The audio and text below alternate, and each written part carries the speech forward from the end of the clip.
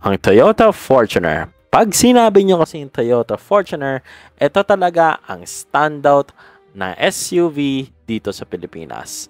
At dito sa example na meron tayo sa video na ito, meron akong 2025 Toyota Fortuner na 4x4 LTD. Kita nyo naman ang kanyang susi. Keyless fob, tapos yan pwede mong itago sa bulsa, at syempre mapapakinabangan nyo naman yan sa keyless entry system gamit doon sa may door handle. Pipindutin nyo na lang yan, tapos ganoon din pipindutin nyo na lang yung door handle kapag ilalak ninyo. Ito nga pala yung interior nito, but before that, ito pala ang medyo history ng Toyota Fortuner. Hindi nyo nga ba akalain ang Toyota Fortuner mula noong 2006? Kaya ang dalawang makina na available noon ay 2 TRFE. Yun ang gasoline engine, 158 horsepower, tapos 241 Nm of torque. Tapos ang 1KD FTV, yun naman yung diesel, 3 liters yun. 163 horsepower, tapos 343 Nm of torque. Tapos, months later, na-introduce naman ng Toyota Motor Philippines na kailangan naman natin ng diesel na makina, tapos matipid naman siya. Kaya yun ang nilabas nila na 102 brake horsepower, tapos mababa lang yung torque figures nito. Kaya ayan, wala kasi itong intercooler yung variant na yan. Yun yung base model na na Toyota Fortuner back then. A fun fact sa mga hindi pa nakakaalam nito, 2006 na Toyota Fortuner ay available lang siya sa mga fabric seats. Hindi pa na-avail ang leather seats noon. Alam ko nag-start ang leather seats sa 2007 eh. Then 2008 and 09 and so on and so forth. Tapos ayan na. Babalik naman tayo sa body style nitong 2025. Pagkakaalam ko na-release to noong 2016. Halos mag-10 years na po tayo dito sa generation na ito. Malamang sa malamang nag-iintay tayo ng panibagong generation ng Toyota Fortuner. Alin ba ang panibagong generation? Lalabas bang hybrid? May lalabas bang ganun pa rin, pure diesel pa rin? Pero hintayin na lang natin. So, 2025 Toyota Fortuner LTD. Unang-unang comment ko talaga dito sa sa scheme na pearl white tapos may mga blackout trims. Well, tama kami ng tropa ko eh. Ito yung karawahe ng St. Peter's Parish na pangpatay. Ayun. Kaya kung kami mag-a-advise para sa inyo, meron na itong variant na yung Fortuner na Q. Ang Fortuner Q ay merong black na kulay. Ayun. Ang ganda, ang pogi. No? Tapos, ang makina naman nito, kung itatanong nyo, is ang 2.8 liter 1GD FTV na makina. Ito ay meron siyang 200 horsepower. Tapos, ito yung torque figures nun. Yan. Tapos, ang partner nito ay naka 6-speed automatic transmission. Tapos, papasok naman tayo sa interior. Pero ano nga ba yung thoughts ko dun sa makina nito? Kasi, nakapag-test drive na ako nito noong 2023. Alam ko, 2022 year model yun eh. 2.8, pero yun 4x2. Pero parehas lang naman. Napaka-responsive. Kasi unang-una yung engine displacement doon ay napakalaki. 2.8 is no joke. Nag-English na naman ako, sorry. Pero, ayan. Isa pa yung, yung pagpalo ng turbo. Napaka-bang. Dito sa aking buong katawan, hinihila ako pa atras. Tapos, major major improvement to kung i-compare natin syempre sa from first gen tapos dito sa generation na to. Kasi ito ang pagkakaalam ko ang Toyota kasi kapag nag-release sila ng model, ang unang pina-priority nila ang reliability ng sasakyan rather than the power itself. Ngayon, sumasagot na si Toyota na lagyan na natin ng lakas at ang reliability i-maintain natin. Diyan ang sagot. Yun. That's it. So, ito naman ang price point natin for the Toyota Fortuner LTD. But before that, ano-ano nga ba ang mga rivalries ng Toyota Fortuner? Well, lang naman yun eh. Yung Isuzu MU-X, yung Mitsubishi Montero Sport. Dati sana yung Chevrolet Trailblazer eh. Kaso, ang Chevrolet Trailblazer, naging crossover focus na lang siya. It's very, very sad. Ba't ako naging English na naman? Ayun, nakakalungkot lang naman. Tapos, ito naman, yung main rival ay ang Ford Everest. Narito nga pala ang price point ng Toyota Fortuner na 4x4 LTD. At ito naman at ibang variants ng Fortuner. Sisimula muna tayo sa 2.4 liter 4x2G manual transmission. Ito lahat to magiging 4x2 muna. So sa G, V, tapos Q automatic pearl white, tapos yan, yung LTD, then syempre yung GR variant. Ayan. Kaya ito, ang available colors nga pala ng G ay meron tayong Attitude Black Mica, Gray Metallic, Silver Metallic, tapos Super White 2. Tapos dito naman sa V variant, White Pearl Crystal, Sparkling Black, Attitude Black Mica LED, Gray Metallic, Silver Metallic. Tapos dito naman sa Q, meron na tayong Sparkling Black Pearl, pare-parehas lang pa rin ito ng Q, tapos yung V variant. Ayan. Nakadictate naman yung mga presyo nito eh. Tapos yung sa LTD, in which meron tayo nito dito sa video na ito, meron tayong White Pearl Crystal Shine. Tapos yung Silver Metallic, tapos yung Attitude Black Mica. Okay.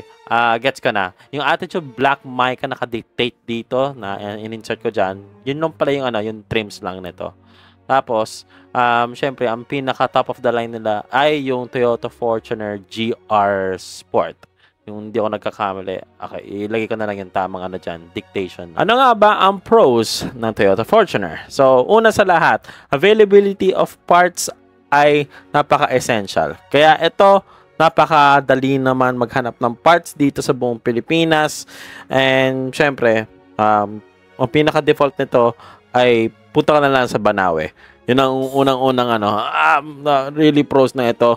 Pangalawa, yung reliability nitong Toyota. Siyempre, ang reputational talaga na naman ng Toyota ay pagiging Toyota. Kaya, ayun, napakatibay at long-lasting. Pangatlo, kapag ito ay binenta mo, pataasan pa rin ang resale value nito. Resale value hindi kung magkano mo to binili, ganun mo rin siyang ibebenta. Syempre common sense, second hand unit na to kung ganun ang asta mo. So, yun, kapag i-compare natin yung iba't ibang model or brand nga pala ng iba't ibang SUVs, mas mataas pa rin ang Toyota and especially rin sa Fortuner na variant. Another one, yung naman, simplicity nga naman ng paggamit ng transmission, 6-speed. Yung added features na sinaksak dito, hindi naman gaano nasisira eh. Kaya, ayun. Cons, para sa akin, ito nga naman, kapag konti yung mga features na sinaksak dito sa isang sasakyan, tapos ganitong kamahal mo siya ibebenta, medyo malulugi yung customer.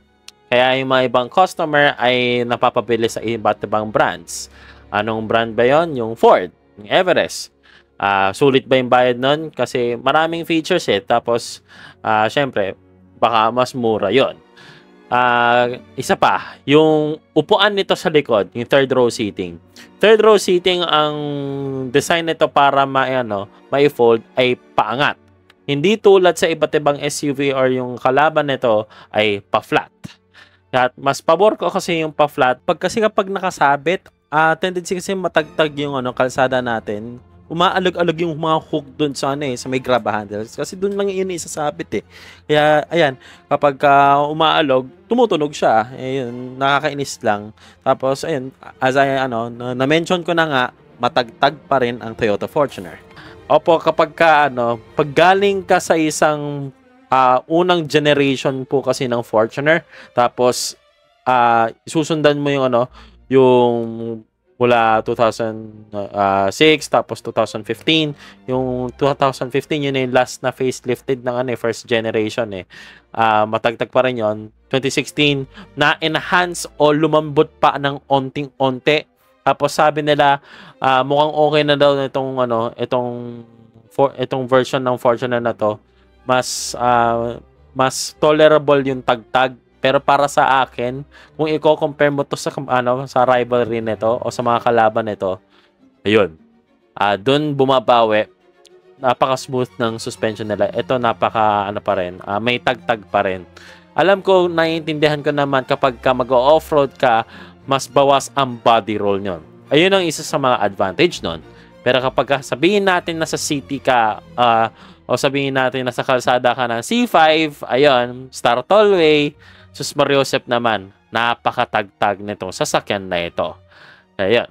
Kung gusto nyo i-defend nyo ito sa comment section, please lang, i-defend nyo na kung kailangan nyo i-defend. And kung may magtatanong, ano nga bang pinagkaiba ng LTD variant sa GV-Q tapos yung GR na variant ng Toyota Fortuner? Una sa lahat, dito sa LTD, dito muna tayo mag-focus. Sa LTD ay may pagka-red accents tayo dito sa may dashboard, sa may sidings, tapos di ako nagkakamali, baka sa upuan-ish. Mali. Sorry. Ayan. Pero, ito, yung dashboard, sidings, yun, may mga red accents po tayo dito. Tapos, yung instrument cluster ng Q, tapos ng LTD, ay, alam ko, halos similar lang naman yan eh. Pinaka nakaka-outstand lang dito sa instrument cluster segment ay yung GR variant.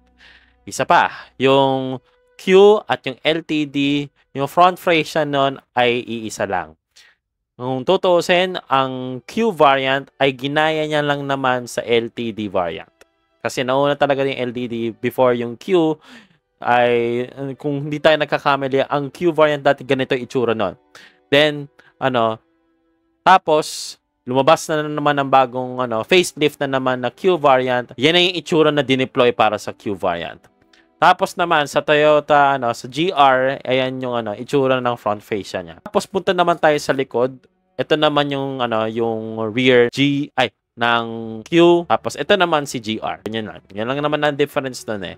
Syempre, bare bones nga naman yung yung GV variant. Para sa akin, kung ako tatanungin mo, napaka-weirdo kung mag-assess naman ng sasakyan kasi nagmumukhang mas mataas yung G tapos yung V variant. Yun. Yung front face pati yung likod. Mas prefer ko yun kasi kung kailangan mo lang naman ng sasakyan kung mamumundo ka tapos 4x4.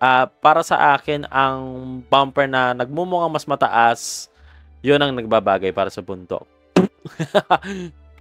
Eto na yung pinakahihintay natin. Yung test drive portion ng isang Toyota Fortuner LTD. Alam ko magiging pangatlong test drive footage na naman to kasi kung tutusin ang Toyota Motor Philippines, hindi po sila nagpapatest drive ng basta-basta ng Toyota Fortuner. Maniwala kayo sa akin. Napakahirap ako makapag-access unless kapag meron akong kakilala na kinalulungkot ko na onti pa lang na nagpapa-test drive ng sasakyan. Kaya kapag meron kayong pwede ipa-test drive sa akin ng kung pwede libre, ayun. I will take that. Tapos ibibigyan ko kayo ng good credits na nasa video na ito. Sana naman maging viral to. Kaya ayun. Ito na ang isang aking test drive ng Toyota Fortuner. 1,500 RPM. And napapansin ako dun sa suspension yung suspension nito ay redefine na to. Parang hindi ako nagkakamali, nag-review ako ng Fortuner na na manual, yung 2018 version nun.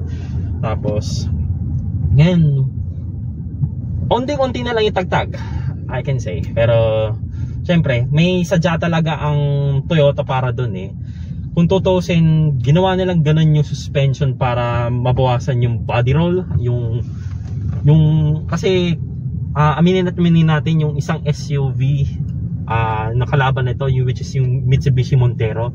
Sobrang lambot pero ito sakto na kapag alam kong hindi ito 4-wheel drive, pero alam mo naman na kapag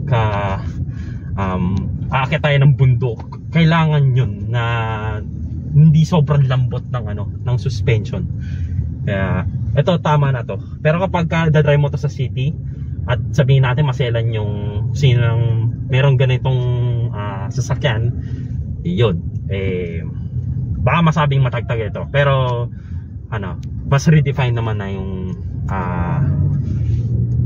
yung suspension specifications nito. Alright. Yung visibility, wala akong masyadong nakikitang blind spots dito sa Fortuner. Di ako nahihirap mang i-drive. Especially when it comes to parking. Ay, pero pagka paatras, since nakasabit yung mga upuan dun sa third row seats, ang problema kasi nun, pagka ganun, may pagkaabala siya. Ayan, gumagana yung automatic headlights. Very convenient. Ayun, napansin ko dito, may mga lighting rin pala to. Okay. Hindi ko alam kung napapalitan yan, pero okay na sa akin yung puti.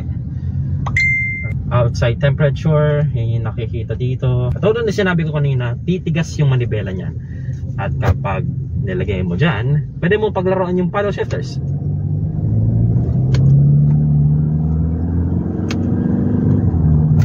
Okay. Natin downshift. Okay, wala siyang rev matching. Ayan. Damba ng damba yung transmission o yung sasakyan. Yep, I can feel yung lakas ng 2.8. Okay. 200 horses. Ayan, tingnan natin. Alright, padaanan muna natin siya. May lakas tong Fortuner. 2,000 RPM lang yun. Nararamdam ko yung lakas. Alam kong hindi ko mabigyan ng justice yung yung lakas ng 2,000 RPM ng 2.8. Pero malakas. Ayan, naging helpful yun. May sumingit na motor sa amin dito. Ayan, buti nag-blink yung blind spot monitoring system.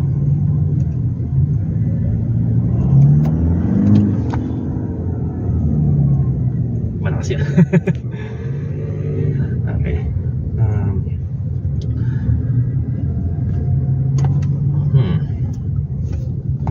Okay na yung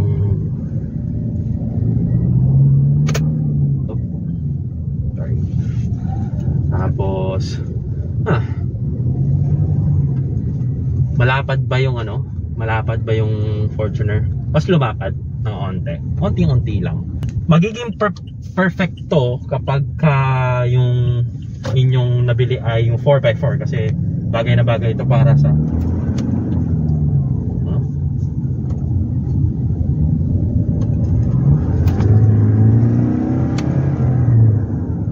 yep. Plus one last thing.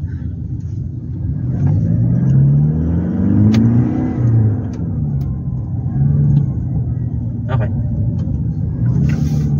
Balik na natin siya sa normal. Yan. Tapos check nga natin yung nasa likod. Ano yung itsura natin doon. Okay. Yan, AC vents. Tapos dito yung climate control system yan. Nasa taas siya. Yan. Let's close it up. Tapos yan, ito yung LED lights natin. Yan yung mga natin. Air vents, yung air vents, yung fan speed. And look at that. Very, very spacious dito sa second row seat.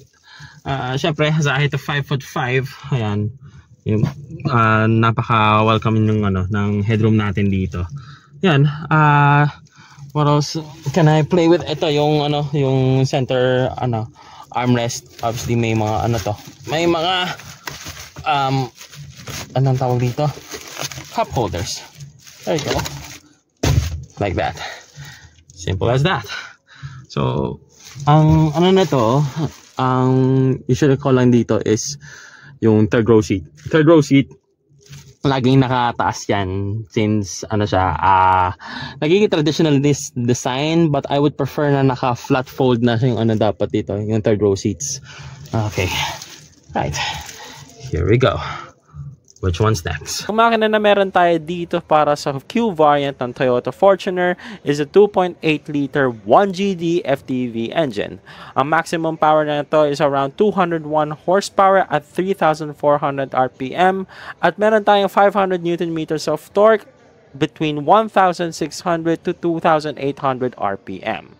Yes, obviously this is a diesel engine, tapos meron tayong 80-liter fuel tank, and obviously back in the day, Toyota were really conservative about sa mga power ratings nila within the competition, and now it is absolutely up their game or in between within the competition na lang. Within the 200 horsepower mark, it is really impressive from a Toyota kasi yeah, there are only concerned within the reliability of the vehicle, not the power. So this powertrain is really impressive for a Toyota Fortuner. Ngayon, kung tatanungin niyo ako kung sulit ba ang 2.2 million Q variant ng Toyota Fortuner, unang-una sa lahat, masasabi ko dyan, oo, sulit na sulit to. Comparing nga naman dun sa LTD version ng 4x2 variant. Bakit 4x2? Unang-una kasi yung 4x4, kinakailangan mo yun para sa pampabundok eh. So, yung pinakamagandang comparison dito is the 4x2 LTD within the comparison with the Q variant. Yung Q variant kasi, katulad na sinabi ko at the beginning of the video, magkamukha na sila and mas madagdag yung kulay ng Q variant. Kasi, nung nakita ko talaga nung may all black na Q variant, as we have the facelifted of the LTD, yon sobrang gwapo niya. Yan. And the only concern that I'm going to really give you about is syempre yung suspension. If you came from the first gen ng Toyota Fortuner, you would say that the suspension of this one is completely redefined na. It's completely rehanced and completely refreshed. Pero kapag dito ka na nanggaling sa Fortuner na ito, masasabi nyo na, teka sandali, kung i-compare natin sa isang SUV tulad ng Montero, mas matagtag nga itong Fortuner na ito. But, needless to say, yun, syempre, ang pagiging capital ng Toyota and being its real benchmark for the SUV class, ito pa rin talaga ang pinipili ng karamihan since, ayun nga, build quality and the overall reputation talaga ng brand itself. And also, syempre, the model itself. So, that's one to think about it. Second of which, sabihin natin hindi ka naman matikuloso kung di ka naman pupunta masyado sa mga probinsya. Sabihin na natin city goer ka lang naman from point A to point B, like onto the city itself. This is more than enough. You don't have to opt for the LTD variant since if the exterior would actually matters for you since magkamukha na nga sila. Ngayon, syempre, kung gusto mo nga naman na mas malakas ng onte dito sa 204 horsepower na Toyota Fortuner, I suggest na get the top-of-the-line variant in which that is the Toyota Fortuner GRS. It is also the same engine from the Hilux GRS, in which I have also driven that before. Pero, ayun, it's also available nga naman within today's variants of the Fortuner. Well, ayun lang naman na masasabi ko within today's video. Like, comment, share, and subscribe guys. And gusto ko lang sana magpasalamat sa Toyota Cubao for providing this model unit na nakadisplay sa showroom nila. And especially kay Miss Connie Felix na nag-assist sa akin at pinahiram sa atin yung susi ng Toyota Fortuner. Big, huge shoutout sa kanya and sa mga managers nila at syempre sa mga bosses nila, obviously within the sama na natin yung dealership owner. Like, comment, share, and subscribe guys. I will see you next one. Peace and thank you very much. Goodbye.